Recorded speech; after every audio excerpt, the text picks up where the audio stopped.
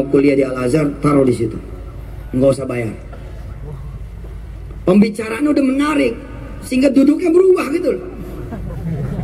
Akhirnya Pak, berangkatlah kemudian 8 syekh sebelum akhirnya pecah perang. Sebelum pecah perang nih, dan Indonesia melihat kok orang saya naikin di Istiqlal waktu itu, dan disiarkan di Antv ketika saya masih ada di Istiqlal. 8 syekh datang. Salah satunya Grand Syekh yang akhirnya kemudian digantung, Abdullah Barakat. Tapi sampai sekarang dia belum digantung. Mudah-mudahan Allah SWT malah membebaskan beliau dari segala tuduhan. Abdullah Barakat bicara, datang ke Indonesia. Hasilnya apa Pak? Hasilnya pokoknya Ustadz Yusuf Mansur, Indonesia boleh ngirimin berapa aja sedaya tampungnya gedung yang dibangun. Subhanallah. Jadi ketika saya bangun misalkan 8 lantai itu bisa 1000 mahasiswa, maka 1000 mahasiswa jalan ke sana. Dan kita udah awalin kemarin, kita kirim 11 apa 8 apa 11 gitu. Salah satunya kemudian ditanggung oleh Warung Steak, ditanggung oleh Mbak Hanik. Subhanallah. Dan ketika kita berpikir tentang kreativitas, kompetensi, saya bilang, ngapain Indonesia minta bantuan dari Al-Azhar? Orang kita bisa bantu Al-Azhar kok. Gimana caranya? Gampang. Kuliah di Mesir itu cuman 1 juta sebulan. Cuman 1 juta sebulan. Kelihatannya mahal ya. 1 juta, saya aja 700 gajinya. 1 juta lagi, sampai S2 tuh 1 juta, sampai S3 kali. Malah kalau nih anak bisa hemat-hemat, kuliah di Mesir itu kira-kira 600.000 saja. Kuliahnya gratis kok, nggak bayar. Ini masalah hidup. Hidup pun udah nggak perlu bayar lagi gedungnya, karena udah punya kita gedungnya. Berarti kira-kira cuma 500.000. Kalau 500.000 saya bilang, nggak usah kita ngemis-ngemis sama Al-Azhar. Gua ngomong aja sama Indonesia. Indonesia, punya duit nggak 5.000? Punya duit nggak 5.000? Perak, bisa nggak? Punya nggak? Siniin. Siniin. Ente 100 orang udah bisa membiayai 1 orang loh sampai S3 di Mesir. Dan S3-nya nanti kita pecah. Jangan semua kuliah itu syariah. Jangan semuanya kuliah itu lughatil arabiyah. Jangan. Ada yang muhandis, ada yang jadi dokter, ada yang jadi ini, jadi itu. Wong di Mesir semuanya ada. Fakultas kedokterannya ditonton nomor 1 di dunia. Salah satu yang nomor 1 di dunia, Jami'at Tonto. 2 jam dari Kairo. 500.000. 5.000 perak kali 100 orang membiayai 1 anak. Bisa Pak. Nah kompetensi-kompetensi kayak begini nih, datang jeder. Saya alhamdulillah ngajar kemudian how to catch peluang, ya, bagaimana menangkap peluang. Salah satu yang saya ajarkan adalah berani ngacung dulu lah. Di awal-awal Indonesia tuh seperti ini nih seperti ini. Baik Ibu Bapak dan rahmat Allah, ada yang mau bertanya? Nah ini hebat nih satu, yang lain bengong. Ini yang satu begini, set. Kita mau nanya apa sih? Iya, udah ngaco. Naik sini. Sini nih. Lo ditarik. Sip. Jenenge sopo ya?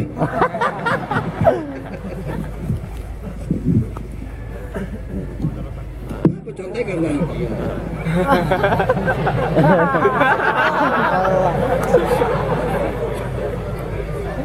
Mau apa dah? Oh, siap. Assalamualaikum warahmatullahi wabarakatuh. Nama saya Muhammad Rizky Akbar dari Bojonegoro. Oh, iya. Yang mau saya tanyakan, dari hari ke hari, insya Allah semua amalan sudah saya jalankan. Mulai dari berusaha dan berdoa, sholat 5 waktu dengan tepat waktu yang berjamaah, sholat sunnah, tahajud, dan doa insya Allah, dan juga sedekah yang selalu Ustadz sarankan. Lalu amalan apalagi yang harus saya lakukan supaya Allah mempermudah semua urusan saya, terutama dalam mendapatkan pekerjaan? Seperti itu Pak.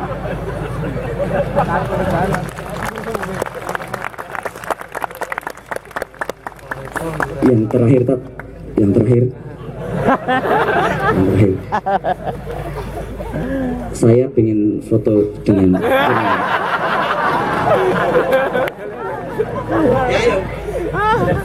Selfie itu ya. Iya. Bisa tak? Mas Danis foto.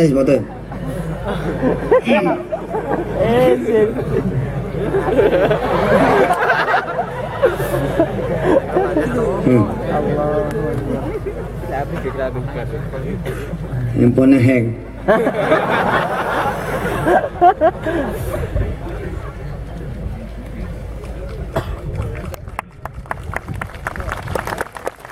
Alhamdulillah. Makasih Mbak Rizky. Umur berapa sih? 24 Tat. 24. Oke. 24 dulu saya sudah nikah. Alhamdulillah. Di sini ada yang belum nikah? Mana lihat? Wah, nengok aja banyak tuh. Ya oke, kalau jawaban yang tadi amalannya tinggal dikit aja. Yang pertama tinggal amalan istiqomah, ya. Jadi tinggal diistiqomahin. 2 amalan sabar, jadi tinggal disabarin. 3 amalan baik sangka, ya tinggal diterusinnya baik sangkanya. Siapa tahu Allah punya catatan bahwa umur Anda cuman sampai 24. Jadi mendingan dipanjangin dulu umurnya, gitu kan? Panjangin dulu umurnya, terus dengan bantalan amal-amal lain, insya Allah setelah panjang Allah bukain pintu pekerjaan. Atau barangkali Allah pengen kasih bukan pekerjaan, melainkan lapangan usaha. Siapa aja, siapa tahu kan? Insya Allah. Jadi Rizky terusin aja. Insya Allah mudah-mudahan dapat semua apa yang diinginkan. Amin ya Allah ya Rabbal Alamin. Barangkali Allah juga masih rindu dengan dia, masih rindu dengan kalimat-kalimatnya, pengen denger lebih lama lagi. Karena orang kalau angkat tangan dia langsung dikabul, langsung lari gitu lah. Ya, kalau pengamen nggak disukai, ya langsung dibayar aja, langsung dikasih aja, biar tuh pengamen pergi. Tapi kalau ini pengamen enak suaranya, ya kita tanggap, kita suruh tambah lagi lagunya supaya kita memberi lebih besar lagi, betul? Nah seperti itu insya Allah. Baik, pelajaran yang tadi saya mau sampaikan adalah pelajaran how to catch the opportunity. Dan di media atau di kesempatan internasional, saya benar-benar pengennya memimpin terus. Di apa saja. Belum lama di Turki, ya 100 negara itu mengirimkan ulama-ulamanya, 100 negara mengirimkan rektor-rektornya. Alhamdulillah, saya lagi-lagi diizinkan Allah dengan berkah Quran ikut di pertemuan 100 negara itu. Loh, saya nggak boleh masuk ke ruang VIP, nggak boleh masuk ke ruang VIP. Tapi saya belajar nih, Anda harus memperlakukan diri Anda sebagai orang nomor 1. Baru orang akan, ya, apalagi kalau dalam seketika, insya Allah maka orang juga akan memperlakukan Anda sebagai orang nomor 1. Saya bilang sama yang jaga, saya ini harus bicara, saya jadi pembicara di sini. Kalau saya nggak masuk di VIP, nanti orang pusing nyari saya. Terus kemudian orang ini kaget dengan bahasa saya, akhirnya dipersilakan. Terus teman saya ngomong, emang ente bicara? Ya sekarang ini bicara men. Kan gua nggak bohong, gua harus bicara. Saya bilang, ya saya bicara. Ya alhamdulillah gitu loh. How to catch opportunity? Bagaimana kemudian kita nangkep peluang? Kita orang bahasa Indonesia, padahal dia punya kompetensi, padahal. Ya apalagi nggak punya kompetensi, padahal dia punya kompetensi, punya daya saing, tapi karena dia tidak memarketkan dirinya sendiri, nggak mengambil peluang. Dulu ketika sekolah, orang-orang berebut menjadi ketua kelas, kita tetap di pojok. Padahal mungkin kita bisa menjadi ketua kelas. Kita jadi ketua OSIS, orang lain maju aja, ikut dipilih. Akhirnya ngefek sekarang. Giliran anggota dewan orang lain kita yang ngomongin, wah di sini anggota dewannya payah, udah bukan lagi orang kita. Lah kesalahannya satu, elunya kenapa nggak maju? Giliran orang lain maju, elunya pusing, ngedumel, ngeluh. Lah gimana? Giliran orang lain maju, ente yang marah. No bos, take the chance, ambil. Itu kan perkara dari dulunya gitu. Maka saya ajarkan tuh santri-santri saya. Saya ajarkan diri saya. Pelajaran pertama mulai dari ngacung. Sederhana loh ngacung itu. Coba belajar ngacung coba. Ayo semuanya, 1, 2, 3. Ngacungnya jangan slow motion. Ngacung gitu pelan. Ini masih bagus nih, masih bagus. Ada yang begini ngacungnya. Gak ada yang ngacung. Kayak Rizky tadi loh, sat. Oh, luar biasa. Ayo, 1, 2, 3. Luar biasa. Lagi. Oh, Masya Allah. Lagi. Oh. Sekarang jangan cuma ngacung, tapi maju setengah pantat. Ya, maju setengah berdiri gitu loh. Bisa nggak? Setengah berdiri, agak sedikit maju. Mulai, ayo. 1, 2, 3. Wah, semua yang nggak bangun bisulan. Ayo, ayo, ayo. 1, 2, 3. Oi, mantap itu. Sekarang sambil bertakbir, Allahu Akbar ya. 1, 2, 3. Allahu Akbar. Masya Allah. Lagi coba, 1, 2, 3. Allahu Akbar. Masya Allah, luar biasa. Tepuk tangan buat diri Anda semua. Anda mampu memimpin apapun. You can achieve unachievable. Ini prinsip saya. Kita bisa mencapai apa yang kira-kira justru harusnya kata orang nggak bisa kita capai. What you need to aim, your ability, your chance, your opportunity, melompati aja gitu loh. Ini yang kemudian muslimah payah di kantor, di perumahan, kompetensinya itu. Sehingga yang tadi saya bilang, harga satu Koreanis, harga satu Chinese, harga satu kemudian Hongkongis. Hongkong jadi apa Hongkongis ya? Itu harganya kok jadi 17.000 orang itu. Harusnya kan nggak boleh begitu. Indonesia ini bangsa besar. Naikin aja, kompetensinya naikin. Dari mulai tatapan mata. Ya barangkali kita diajarkan tawadu kali ya. Jadi bawaannya mata ke bawah. Gitu. Tapi ini nggak bagus ketika kemudian ketemu sama tuh kompet, jadi nggak benar. Coba sekarang latihan. Tadi udah belajar ngacung kan? Udah belajar ngacung toh? Oke, sekarang siapa yang mau nanya? Nah, dikit, nggak bener nih. Nggak bener. Kenapa lo nggak ngacung? Gua nggak mau nanya. Jangan begitu. Mau nanya kayak nggak nanya, ngacung aja udah. Loh, ini masalah kebiasaan. Ini masalah kebiasaan. Salah satu menaikkan daya kompetensi, ambil aja, mikir belakangan. Iya Pak, ada rumah nih bagus dijual, Anda belum apa-apa ngukur diri Anda dulu. Wah, bukannya rumah kita lah. Loh, memang itu bukan rumah ente loh, gila. Siapa juga yang bilang rumah ente? Oh, itu rumah orang kok. Tapi tanya aja, emangnya ada masalah apa dengan nanya? Assalamualaikum, waalaikumsalam gitu kan. Dengan pakaian kita seadanya, handphone diikat karet, jaket bolong-bolong. Assalamualaikum, waalaikumsalam. Udah ada bacaan tuh Pak? Nggak menerima permintaan sumbangan apapun. Sembarangan. Saya pengen nanya, rumah ini berapa duit? Oh iya. Rumah ini 1,4 miliar. Bukan cuma dia yang kaget, handphone juga kaget. Jatuh. Oh, 1,4 miliar. No. Do act like you are the number one. Okay, do and act just like you are the buyer gitu. Ya pusat artinya itu. Lakukan, bertindaklah seakan-akan Anda pembelinya. Sampai orang tuh mikir sendiri, oh ini wali ki.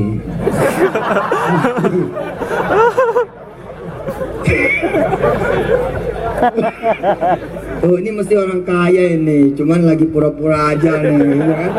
Sampai orang mikirnya begitu gitu loh. Tapi kalau Anda udah Oh iya, oke, maaf deh. Assalamualaikum. Waalaikumsalam. Rumah ini dijual betul? Oh iya Pak, betul dijual. Kalau perlu taruh dulu handphonenya jeder gitu. Apa kasih tahu dia nih, handphone boleh dikaret, tapi saya nggak punya duit. Emang. Ini berapa duit dijual? 1,4 miliar. Boleh saya lihat dalamnya? Boleh, lihat dalamnya. Oh, jalannya begini Pak. Berapa kamar ini? Ada 5 kamar. Boleh saya lihat dalamnya? Oh boleh Pak. Masya Allah bagus ya. Boleh saya bawa ini dalamnya? Hah? Insya Allah lah ya kan. Kita sejelek-jeleknya kita punya lah kamera yang bisa moto, betul nggak? Nah, izin Pak, saya motoin. Kalau boleh tahu buat siapa ya? Buat saya Pak. Insya Allah. Kalau tidak buat saya, buat siapa kayak? Oh gitu? Iya. Ya udah. Pak maaf nih Pak, sekiranya bisa saya bayar ya, saya tawar sampai berapa kira-kira? Nggak apa, udah mati tuh harganya 1,4. Tapi insya Allah semua biaya ditanggung sama saya. Oh gitu. Iya deh. Makasih ya Pak. Terus kapan Bapak mau kemari? Ya nggak tahu, saya doa dulu aja. Salat duha dulu aja.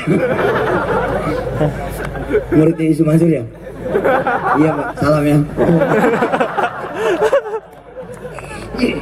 Assalamualaikum. Udah Pak, selesai aja, biar aja segitu. Tapi Anda udah ngintip peluang. Dan yang namanya peluang Pak, pasti ketemu Pak. Ceceng, pasti ketemu. Ini jadi muslim ngejedok kayak di rumah. Jadi muslimah ngejedok kayak di dapur. Jangan begitu, go, pergi kemana ya, nggak ada duitnya, kemana kek? Masuk sono pasar nggak punya duit gimana? Nah itu tadi, saya nggak mau bertanya kenapa saya harus angkat tangan. Saya nggak mau bertanya kenapa saya harus angkat tangan. Ini sama Pak, sama. Padahal kesempatan udah diberikan. Siapa yang mau bertanya? Angkat aja tangan dulu. Angkat aja dulu tangan. Coba sekarang belajar angkat tangan semua. Lagi. 1, 2, 3. Turunin. 1, 2, 3. Oke, gerak sambil takbir. 1, 2, 3. Oh, enggak. Oke, siapa yang mau bertanya? Saya. Nah, gitu. Ayo, sini.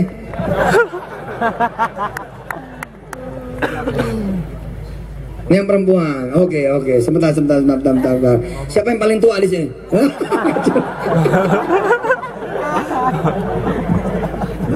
Assalamualaikum Ustaz. Cuma satu pertanyaan saya Pak. Saya mulai dari kemarin dapat informasi kalau Ustadz mau ke Malang. Saya cuma satu yang saya ingin tanya ke Pak Ustadz. Maukah Bapak Ustadz memeluk saya?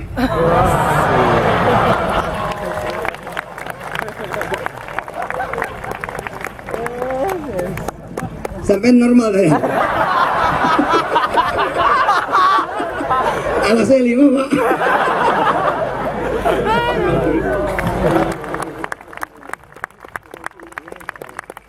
Allahu Akbar, bukan nanya.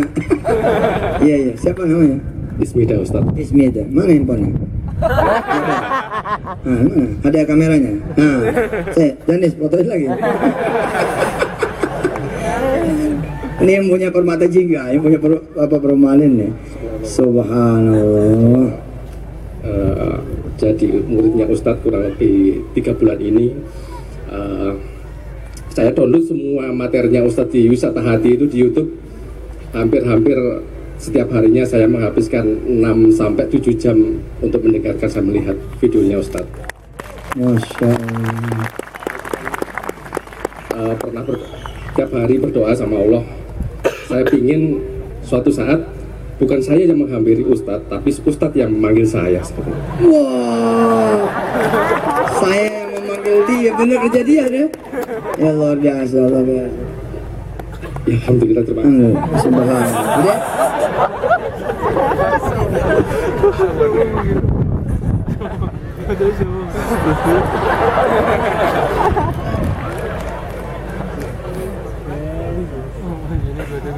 Aduh, Masya Allah, luar biasa. Jazakumullah ya, makasih. Sun, luar biasa. Arigatou gozaimasu. Nah, yang punya anak sini. Nah, itu loh yang bawa anak. Jangan minta dipeluk ya. Ini masalah ini. Ya, sekarang akhwat yang naik ya. Saya aja ke bawah lah. Masya Allah. Ini umur berapa anaknya? 8 bulan. 8 bulan, subhanallah. Iya, silakan. Bagaimana caranya supaya putra kami nanti menjadi anak yang soleh, setidaknya seperti Ustadz atau lebih gitu. Walaupun orang tuanya biasa, bukan seorang ustadz yang sempurna atau seorang ustadz, tapi orang biasa, tapi menjadi anak yang seperti namanya Al-Fatih gitu. Iya. Ini siapa yang kirim? Iya. Al-Fatih insya Allah ya, jadi ustaz, jadi hafiz, jadi pengusaha, jadi pemimpin ya. Insya Allah. Hah? Mohon fotonya? Ya. Ngeri, mesti ngeri. Tolong, siapa? Tolong fotokan. Ya, ayo. Maaf ya, sebentar. Ini pendengar RRI Pro 2 bingung nih, ada apa di lapangan? Ya. Oke. Ya, makasih. Apa tuh?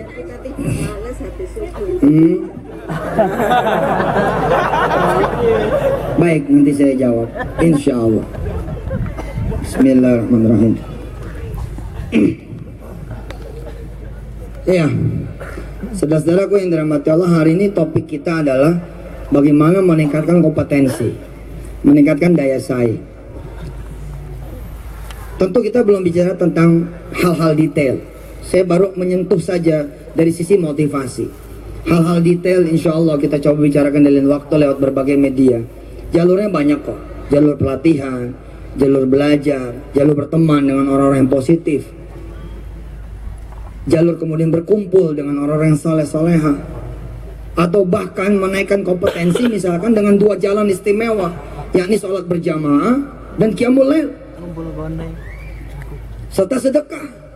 Sedekah Pak akan menaikkan kompetensi Anda hingga 700 kali lipat atau bahkan tidak terhingga. Luar biasa loh.